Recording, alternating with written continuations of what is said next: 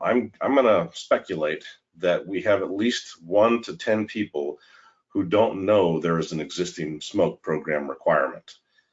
I'm here to tell you today that it is in place, and it's actually been in place longer than any other diesel-related regulation that the Air Resources Board has. What is this program? Well, this program is essentially a smog check for diesel vehicles. It has kind of an interesting applicability, and it goes by lots of different names. We call it the Heavy Duty Vehicle Inspection Program, as long as the test that I'm going to describe is performed by one of our officers. That's called HDVIP, Heavy Duty Vehicle Inspection Program. There is a secondary requirement, though, for the owner of the vehicles to conduct the same test. And when that requirement is happening, it's called the Periodic Smoke Inspection Program, or PSIP. So I'm going to use PSIP through most of this presentation, this part of it anyway, and that's what I mean, this Periodic Smoke Inspection Program. So here's the deal with that. It also goes by lots of different names. You may have heard the term smoke test, or snap test, or PSIP, or snap acceleration test, or smog test for diesel trucks. They're all talking about this requirement. This requirement has been in place since 1998. As I said, it's the oldest existing diesel regulation that I know of, and the applicability is shown on the screen. The first thing I'm going to tell you right off the bat there are no exemptions in this rule. This was put in place prior to when we started dealing with a lot of exemptions based on the type of vehicle and use and everything. So if the way I describe this, if this is you are already under this. If you have a fleet of 2 or more California-based diesel vehicles with gross weights more than 6,000 pounds. So first of all, you have to have 2. They have to be California-based. They have to be diesel, and I left out the fact that they have to be on-road. So this is on-road diesel vehicles, California-based, over 6,000 pounds. If that's you, if you have 2 of those, then you meet the first condition. Actually, you are in the test. You are in the test. Now, if you have vehicles that are between 6,001 and 14,000 pounds, most likely you are subject to the Bureau of Automotive Repair, or BAR's smog check program. I'm going to tell you straight up that if you do a smog check under the BAR program, the PSIP program does not apply to the trucks that you're doing that for. You do not have to do both of them. All right, so we're dealing with all those fleets that are 2 or more diesel on-road California-based trucks, gross weights more than 6,000 pounds. That means you're in this test. You're supposed to be conducting an annual smoke inspection on all the vehicles in this fleet that have engines that are 4 years old and older. So the first 4 years of a vehicle's life, you don't have to conduct the test.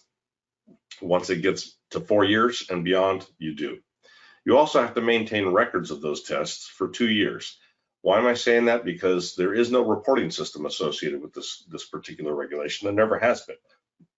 There is a voluntary way to submit information, but nobody has ever used it, or at least not to my knowledge anybody has ever used it.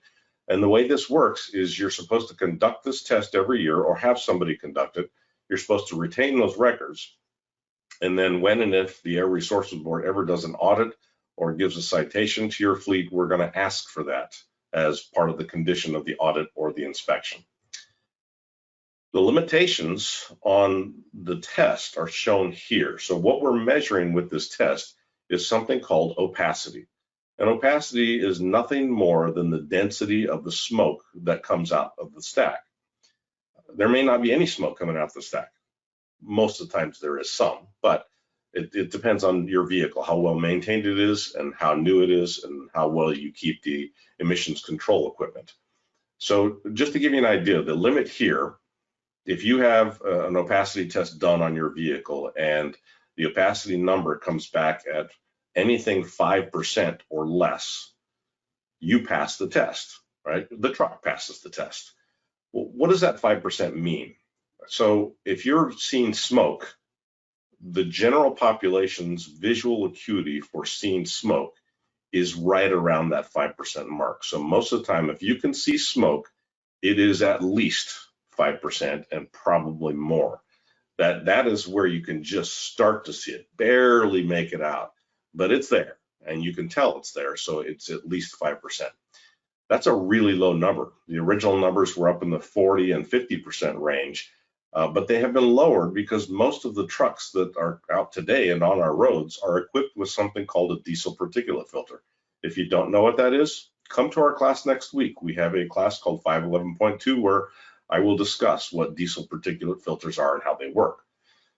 Most of the trucks on the road, any truck that was built 2008 or newer, has a filter on it from the factory.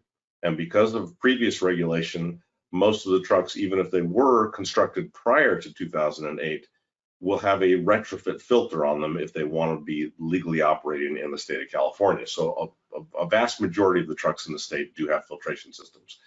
And a 5% opacity limit is not hard for a truck that has a working DPF to meet.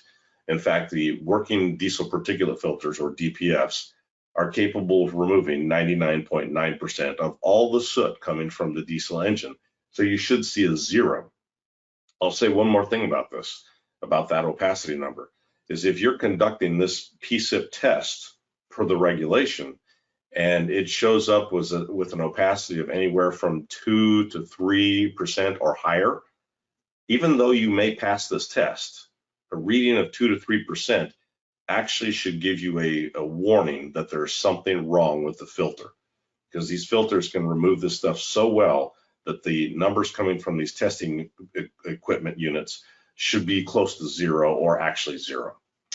Anyway, that's the requirement. Now, there are some vehicles as shown here that don't have that low of an opacity limit. These are ones that do not have diesel particulate filters. And you might be asking, after I went on that long screed about filters, why are there trucks that don't have them? Well, because the current regulation, the truck and bus rule, which I'll talk about a little bit later on, actually has the ability for some trucks to operate without filtration systems legally.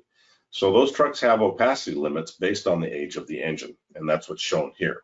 There are also some higher opacity limits on this page for specialty type equipment that doesn't make up a large percentage of the population of vehicles, but these vehicles are such that they can't easily meet that 5% limit, so they were given a higher level on this particular requirement. All right, so we've gone through what the law is and what the test requirements are and the numbers that you have to meet. Who does the test? Well, you have two choices. You can do it yourself. There's nothing in the law that says that you can't do it yourself, or you can hire somebody to do it. If you're hiring somebody to do a PSIP test for you, that's a contractor.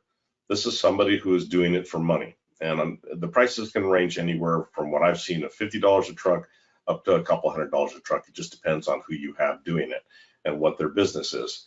But that person, in order to do that legally, has had to successfully complete a training, a certification class offered by one of several different community colleges throughout California that are part of something called the CCDET program. This is the California Council on Diesel Education and Technology. There are 8 campuses located throughout the state of California that offer a one-day training class to certify you on how to do the smoke test. You're supposed to take that certification every 4 years. And so what I would recommend to anybody in the class that's hiring somebody for this purpose is that, first of all, you ask them for a copy of their certificate, and then you verify that that certificate was within the last 4 years. Otherwise, if it's outside the 4 years, it's not a legal test. All right, so that's if you're hiring somebody. If you're doing it yourself, there is a training requirement, but it's an online free class. It's called MS 529. It is available on through our LMS, our learning management system. You have to register there. And it's about a 2-hour training class where you learn about the regulation and how to do the test and all that kind of good stuff. But you have to complete that, and once you do, you'll be certified to test your own vehicles. Having said that, even though you're certified to test your own vehicles for this PSIP program, you do need to make sure that you have the correct equipment. So the testing units themselves have to be certified to do the test. And that's something that the manufacturers actually get through the Air Resources Board. So just make sure you have one that reads the test properly. And one last thing I'll say about that is there are some of these units out there that the programming has not been updated for the last several years, and the numbers have changed a little bit. So they might be reading pass on numbers that are actually higher than 5% because they're still set to the old parameters. All right, that's the existing program. Now let's talk about the proposed program. And I really tried hard to make sure that on every one of these slides, when I talk about a proposed regulation, that it says proposed. And you're probably going to hear me say that word like a million times today, because I've been told by my office that these programs are not actual law. There will be something passed, but we don't know if the requirements that I'm going to go over are actually the ones that are going to wind up being what it is. For this program, I will tell you, this is proposed still. Actually, I should probably use a different language there. This has been adopted. So the Heavy Duty Inspection and Maintenance Program, or HDIM program, was actually adopted by the Air Resources Board in December of 2021. It's going through the legal process right now, so it's not actually in place, but it has been adopted. This was all began by Senate Bill 210, and that bill directed the Air Resources Board, along with several other agencies like the Bureau of Automotive Repair and the Department of Motor Vehicles, to work together to create an inspection and maintenance program for heavy-duty diesel or heavy-duty vehicles. Now, in this case, we went from heavy-duty diesel vehicles under the old program to heavy-duty non-gasoline vehicles, and the gross weight also changed. So the gross weight for the PSIP program was anything over 6,000 pounds. For the HDIM program, it's anything more than 14,000 pounds. There's another thing that's different here, because the PSIP program only applied to those vehicles that were California based. So traditionally, that would mean that you had California registration. This new HDIM program actually applies to any vehicle that meets the criteria that is in the state. So all vehicles in California, if they are non-gasoline and on road and have gross weights of more than 14,000, they're subject to this test. That's a big deal, because that's a lot of vehicles that weren't ever having to do this test in the past. And the last thing that's kind of differentiating it from the PSIP program is that the PSIP program applied to only those fleets of 2 or more vehicles. So any single owner operator never had to worry about that PSIP program. The HDIM program, a fleet is defined as 1 vehicle. So you have no number of vehicle exemption. If you have a vehicle that meets the condition, you're most likely part of the test. There are some exemptions in this. The PSIP program did not have exemptions, but this one does. The HDIM program exempts all these categories right here. You've got ZEV trucks, zero emission, military tactical, emergency vehicles. If there are some newer trucks that are certified to the optional low NOx standard, for the first 4 years of the program, they're exempt. Motorhomes registered outside the state of California are exempt. Any vehicle under an experimental permit, historic vehicles, and gasoline vehicles are exempt. And the only reason gasoline vehicles are exempt is because they're covered by BAR's smog check program already. This is where the rubber hits the road right here, though, because the periodic testing overview is where you figure out exactly what the rule requires you to do. In the PSIP program, you're required to do that test once per year. Once per year, and maintain records for 2 years. And as I said, there was no reporting system with that. For the HDIM program, it is going to be more often testing. So if it's dependent upon how new the vehicle is. So for 2013 and newer model year engines, those would most likely be your 2014 and newer trucks. These trucks with a 2013 engine come with something called onboard diagnostics, or OBD. And without getting too deep into those waters, let me just tell you that that's just the computer chip that runs your engine. And in this particular case, onboard diagnostics is primarily monitoring emission control systems. That's what it was designed to do.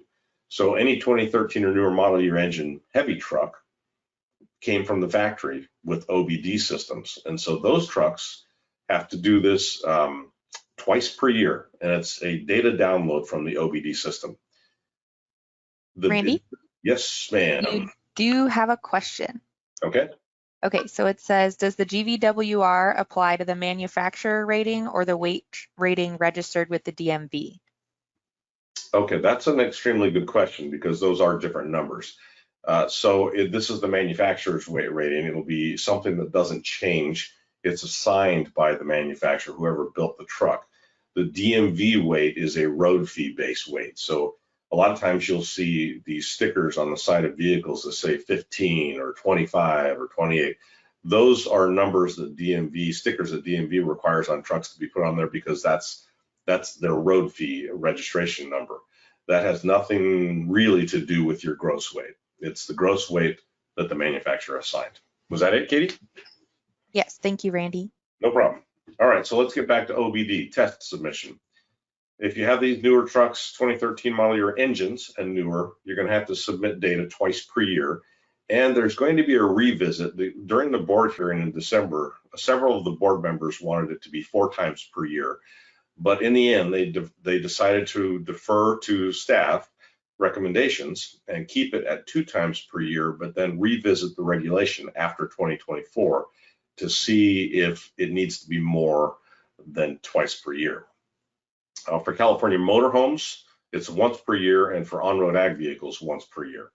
Now, if you have an older vehicle, one that does not have onboard diagnostics, then you're going to be still doing the same test that was part of the PSIP program, that snap acceleration smoke test deal. There's 2 differences though. Number 1, it has to be done twice per year. Number 2, it's going to have to include something called a visual or functional inspection. I don't know how many of you have ever paid attention to when you had your passenger vehicles smog checked for registration reasons. But the inspectors that do those, one of the things they're doing is not just measuring the emissions coming out of the tailpipe, but they're going around with a checklist and they're verifying that all the emission control components that were installed on that engine from the factory are still there and appear to be connected. That's a functional test. So this new I&M program is going to require a functional test on the heavy duty diesel vehicles. You're going to be required to report this as well. Submit this test data within 90 days of the compliance test, and that's a 90-day window around the date. So I can't remember if it's 45 days before or 45 days and 45 days after, but you want to make sure you get it in the right window. You can't have it too far in advance of when it's required or too far after when it's required. And when it's required is based upon your DMV registration for all California registered vehicles. So if you get registration in January, then you're supposed to conduct it within a 90-day window of that date, January, and then another 6 months later within that 90-day window. For out-of-state registered vehicles, it's based on the last number of the VIN, and that will be something that is part of any IRP registration that you might have for California. IRP stands for International Registration Program. It's out-of-state vehicles that buy a portion of registration because they don't operate full-time in the state. That's all going to be affected by this because one of the issues or the requirements here is that you have to do this testing or you're not going to get registered in the state of California. Now, how's the testing going to happen? What are the options? So for OBD systems, again, that's the 2013 and newer model year engines. You can't have any, dash lights. Those are called MIL lights. MIL stands for malfunction indicator light. And if you've got a MIL light in, it doesn't matter what kind of smog check you're talking about. That's a fail because that MIL light is coming from the OBD system.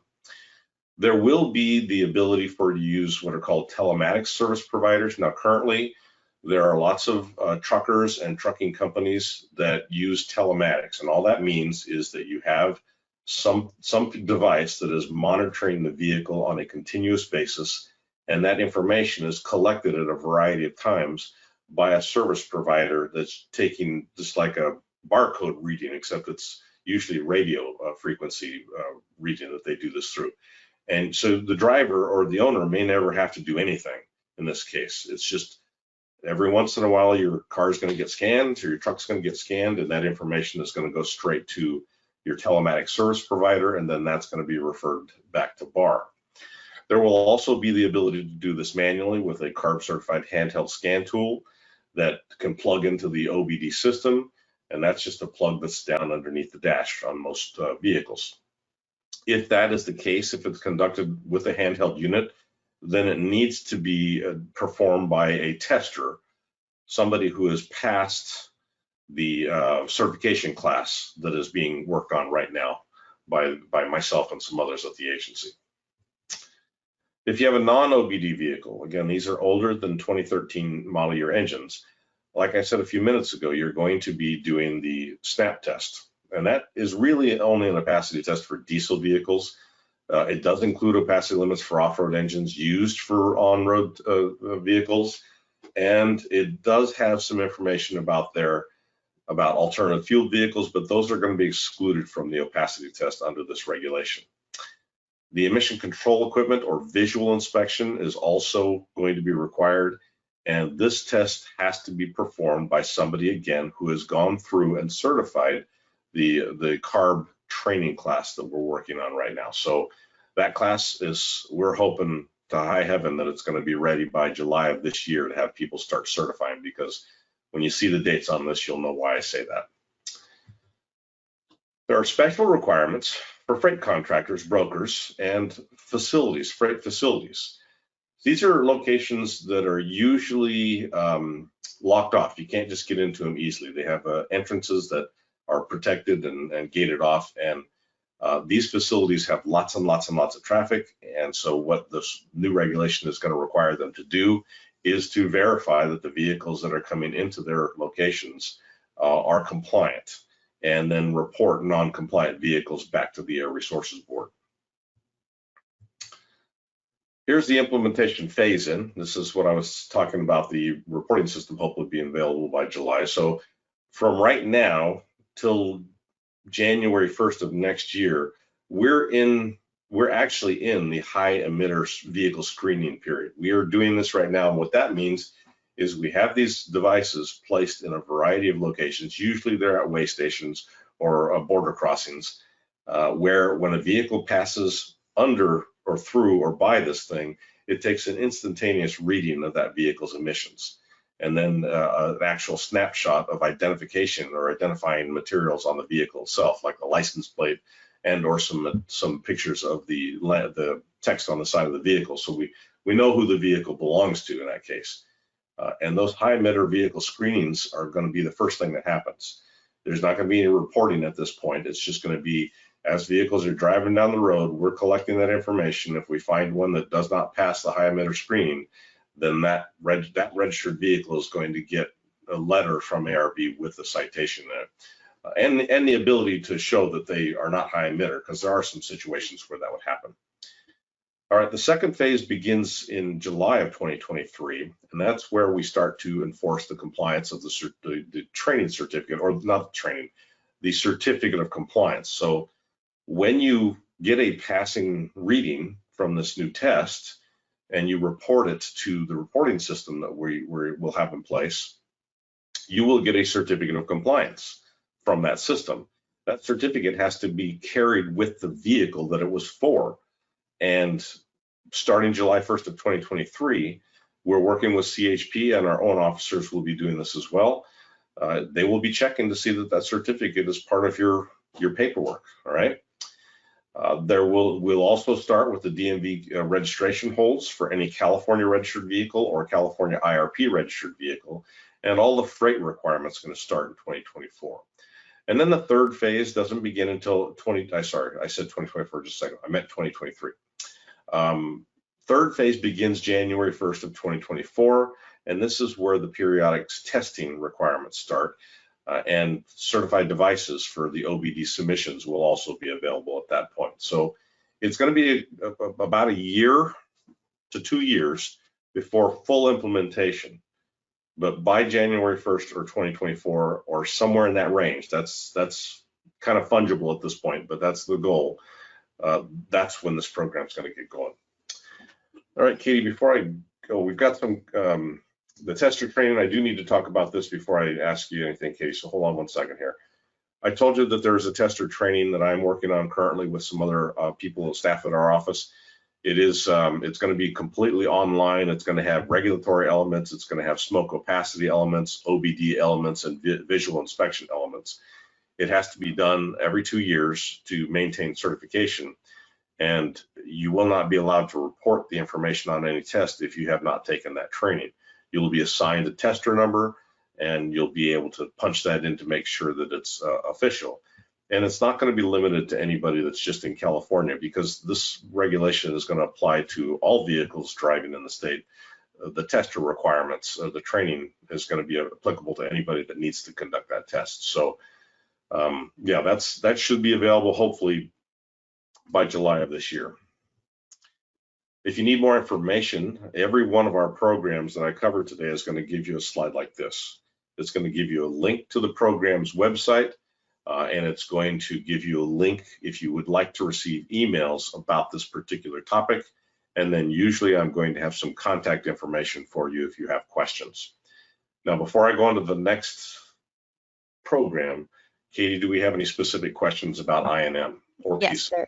there are a few. So the first one is for pre-2013 model year engines. Would they be allowed to install an OBD to submit the emissions record? That's a good question. If you can, I'm not sure how you install OBD. Usually it's something that's built with the engine. So if you're repowering to a newer model year engine, then you're not going to have a pre-2013 engine. I'm not sure how functionally you can do that, but if you have an official OBD system, then yes, you would be allowed to submit the OBD data that way. And then I think this the slide that has the diesel motorhomes on it was potentially creating some confusion. So the question is, did diesel motorhomes older than 2013 need to be tested?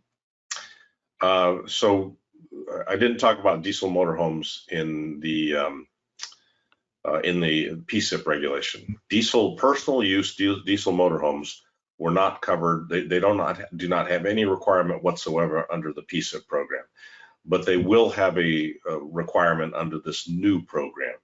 And it does say diesel that they have to do the PSIP. That's why the diesel's in there. But even if they're anything non-gasoline is still going to have a requirement to have some kind of test done once per year. Okay, I think the confusion is on the slide. It says 2013 and up can have OBD submitted. So I just wanted to make sure that if it's older than 2013, they just wouldn't be using the OBD, but they would still be doing the once annual testing. Yeah. Well, no, it's twice. Oh, no, once. For motorhomes, it's once. For motorhome. Right. Yeah. Okay, and then the next one is on a 2014 or newer, can an opacity test be performed instead of the OBD? Actually, I believe the answer to that is no. As if it has OBD, it needs to be a download of the OBD system. And the reasoning for that, I know that might sound bad, but the reasoning for that is because it's more than just the smoke that you're getting from the OBD download. You're getting a download of all the functionality of the emission control systems that are part of that engine. So in order to pass, it does have to have all that information. Okay, and then the next question is asking just about the slide deck, and just in case anyone was late to the meeting, unfortunately for this presentation, we can't provide the slides. The information is just updated too frequently for us to be able to get them through our approval process with the state, unfortunately. So sorry for the inconvenience for that. You can find all the information included for the links to each program and the proposed regulations handout we have. And if you go to the meeting schedule on each of those, it has the past presentations from each program. So all of these slides are taken directly from their past presentations, and you can find that information there.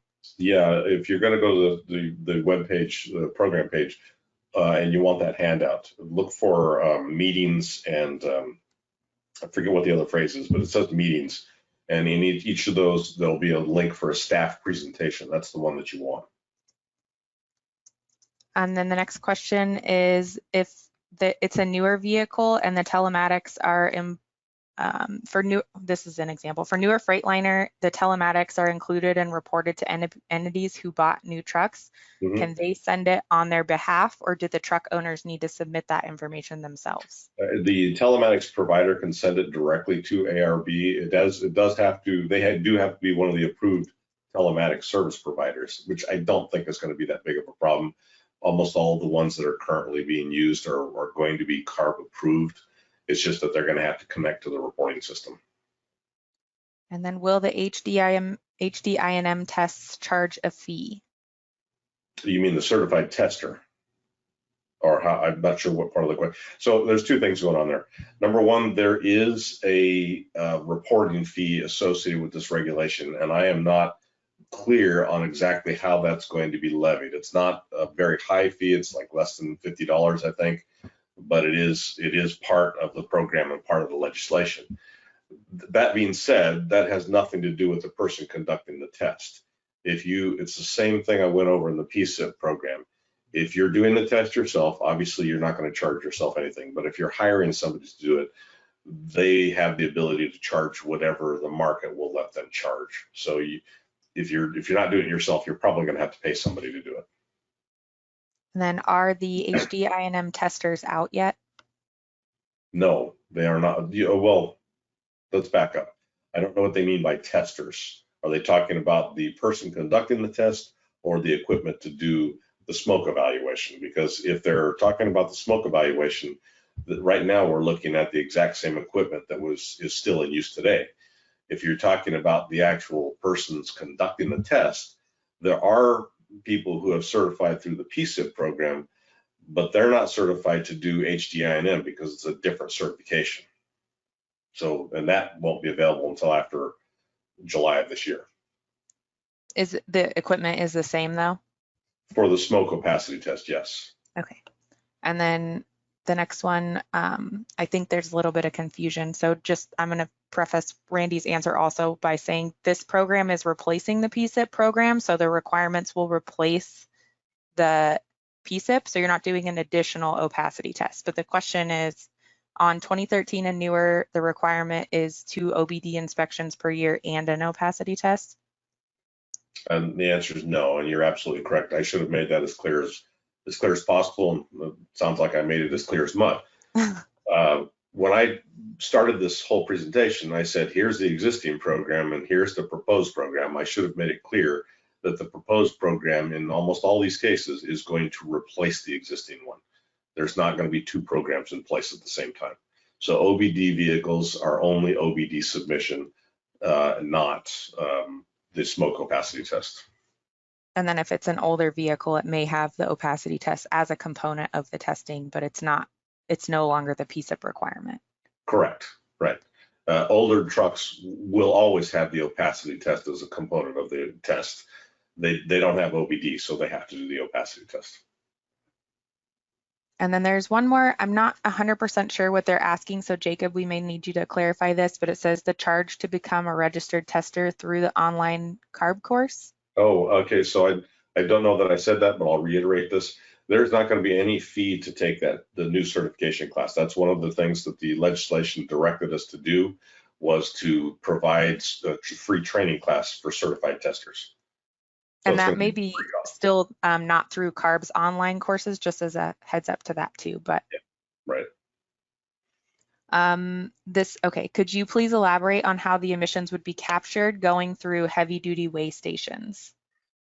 So without getting too deep into the technology, because that's not my expertise, there are sensors that can flash light from a distance at your stack, and they can get an instantaneous reading of the emissions that are in that stack and coming out of that stack. That's what's going to be installed at these locations that we're talking about to catch high emitters. It's just a monitoring device that uses, I'm not sure which type of light, but it's a type of light that that looks at the smoke and can extrapolate from that what's in the smoke and how much is there. So I always equate it to like the fast track system for our pools. But it's called Peaks too, and I'll go ahead and put the just some information on it into the Q&A as well. Very good. And I think that, let's see, catches us up. Okay. There's one more. Okay. So suppose an HDT is identified as a heavy emitter, would there be enforcement? So heavy duty Yeah, if you're identified as a heavy emitter through the remote sensing, the PEAK system, your license plate is going to be captured, the emissions are going to be captured, the information on the side of the truck is going to be captured, and you're going to get a letter from ARB with a citation. You will have the ability to demonstrate that the truck, the reading is incorrect, but you will get a letter from ARB with a citation. And as with all of our violations and letters, you do have a chance to dispute it. So for the PEAKS one, you may go and get testing to prove that it was potentially a false reading or something like that too. Right. Where can we find more information about the equipment used for testing and purchasing it? Okay, so he has to be talking about, that person has to be talking about the PSIP, the smoke test, the opacity test. If you just do actually we do have a web page with certified units. I think our enforcement division has a web page somewhere, but you can just do a search online for smoke opacity testers, and you're going to get two results. You're going to get the units themselves and manufacturers that sell them, and you're going to get people who charge to conduct the test. So that's a pretty simple, easy way to do it. And then what if the truck is registered out of state? As the regulation applies to any vehicle in California, if you're caught in California with a high emitter, then you'll still get the same letter. If you want to come into California, you're going to have to show or have that certificate, and the only way to get that certificate is to pass the test that we're talking about. And then even if you have like an appropriated license plate, if you're portioned in California, doesn't it also still apply just based on your VIN number? Is that right, Randy? Yes, it does. It's the last letter of the VIN. Yeah, so you'd still be required to test if any portion of your registration is within, even if you're a multi-state registration. Yeah, that's what I was saying about IRP. That's right. what it is. Just wanted to highlight it again, but I think we're caught up on the questions now. That was a lot. Thank you, everyone.